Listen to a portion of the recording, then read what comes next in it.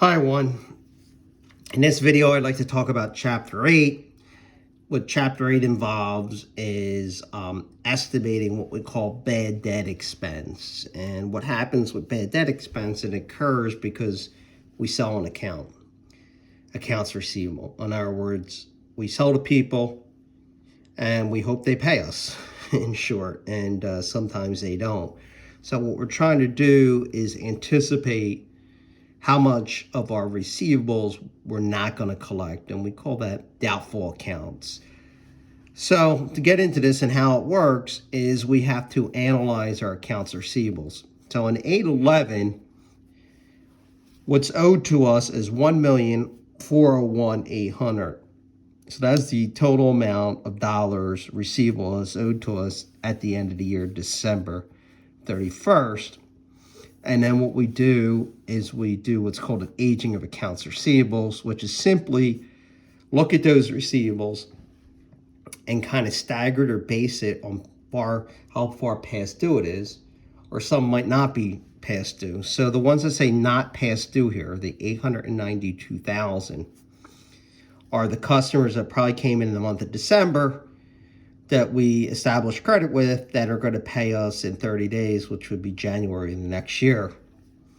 What the 285 is customers that came in probably 2 months ago and were probably supposed to pay us in November, right?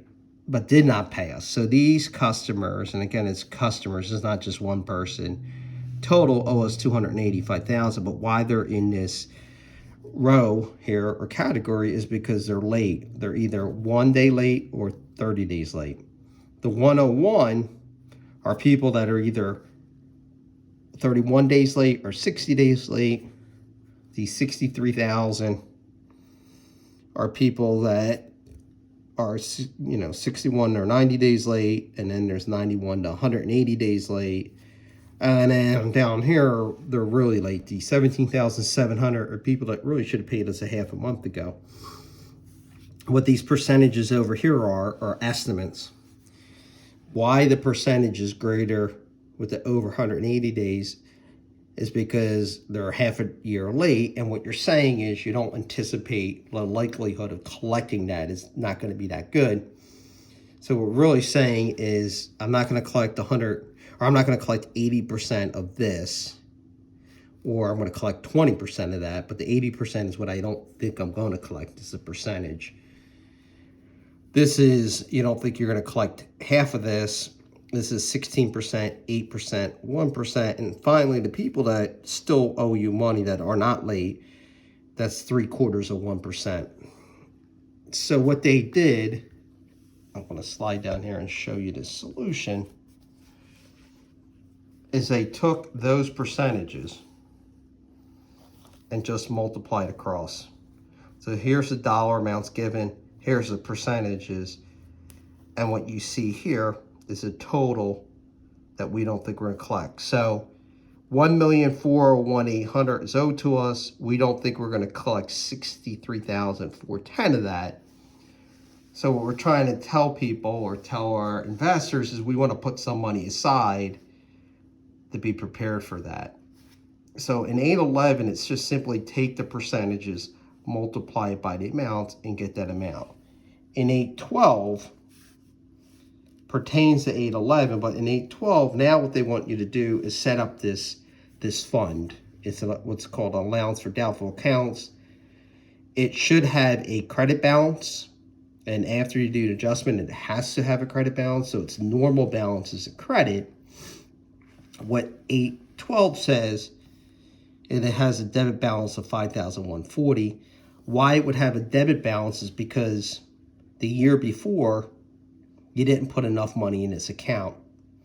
And every time you write off account or somebody comes up to you that can't pay you, you take it out by debiting it. So by that having debit balance, what happens is, or why it would happen, is because they underestimated what they should have put in there the year before.